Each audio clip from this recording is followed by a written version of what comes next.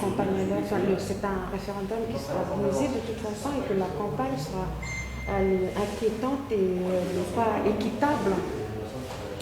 Oui, dans la mesure où, comme je l'ai dit aussi, que tous les appareils d'État sont au service du nom.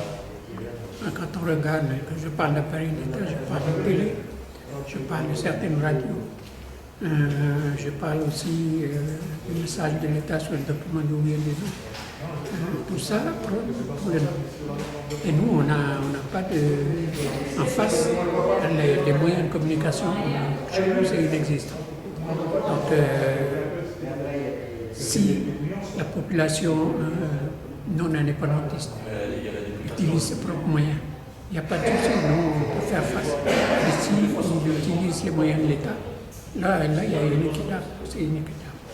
Et donc, nous, c'est une des raisons pour lesquelles nous disons que 5 semaines de confinement, là aujourd'hui, on est à je ne sais plus combien, 6 semaines, pour un référendum dans 5 semaines, c'est pas possible. Donc, c'est pour ça que vous vous demandez qu'ils sont reportés en septembre ou octobre, au moins l'année prochaine. Ben, nous avons toujours demandé, parce que nous avons pris en compte la déclaration du ministre Edouard Philippe, qui a proposé le report en 2022, pour éviter ce qui s'est produit en 1987, c'est-à-dire ouvert. C'est pour nous ce qui est Calédonie est devenu un enjeu national, et là aujourd'hui on y va de droite.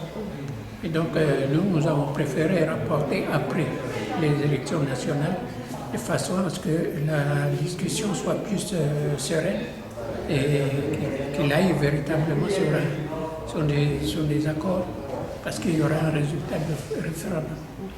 Qu'est-ce qui vous fait dire que le référendum et la consultation est mal séparée? Simplement parce que, comme je l'ai dit, nous avons, l'État nous a balancé un document. Sur ce document-là, nous avons qualifié de plaidoyer pour le non. Et donc, en face, nous avons essayé de mettre en place des équipes et des organisations pour pouvoir répondre à ce document.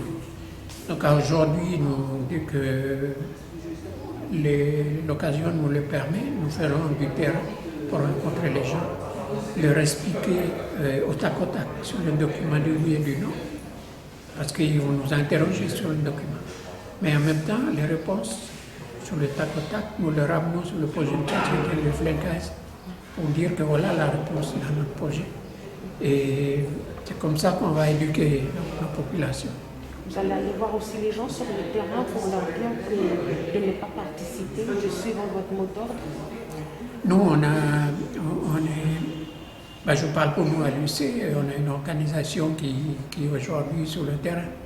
Et donc les consignes, quand on va les balancer, ils seront répercutés sur le terrain. Sur les autres organisations, c'est pareil, ils sont aussi organisés sur le terrain. Donc là-dessus, on n'a pas trop de... Parce que la consigne, elle va être répercutée auprès de nos populations. Vous avez dit tout à l'heure que vous avez appelé les gens le 12 décembre à rester chez eux pour ne pas qu'il y ait de... C'est ça? Oui, parce que vous avez vu que la France a envoyé des militaires, a envoyé des policiers. Tout ça, c'est pour parer. Parce que l'usine du Sud, la France a été pris de court. Et donc aujourd'hui, il se prépare à toutes les éventualités. Et il nous a impressionnés avec ces images de machines pour le Covid, de machines pour la guerre, tout ça pour nous impressionner, mais en même temps pour dire que le coup de l'usine du Sud ne se passera pas comme ça. Donc à nous de faire attention.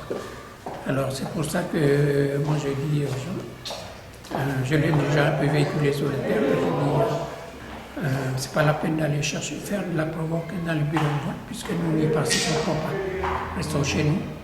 Et puis les maires, il faut qu'ils continuent d'ouvrir les bureaux de vote comme si nous n'y participons pas, si nous y participons. Mais il faut que les bureaux de vote fonctionnent normalement, et pour ça, il faut éviter que les jeunes et les vieux aussi, il y en a qui ne viennent pas faire de la provocation devant les bureaux de vote. pour aller chercher les histoires, parce que la police va être omniprésente. Et je pense que l'ONU il va être là. Mais aussi, il est utile que le peuple kanak montre les signes de responsabilité, les situations comme ça. Donc on appelle le peuple kanak à rester à la maison, profiter pour rester tranquillement chez soi. Et puis on appelle aussi les maires à organiser, normalement c'est pas un boycott actif, donc c'est une non-participation, ce qui fait que eh bien, les bureaux de vote doivent fonctionner normalement. Merci. C'est moi.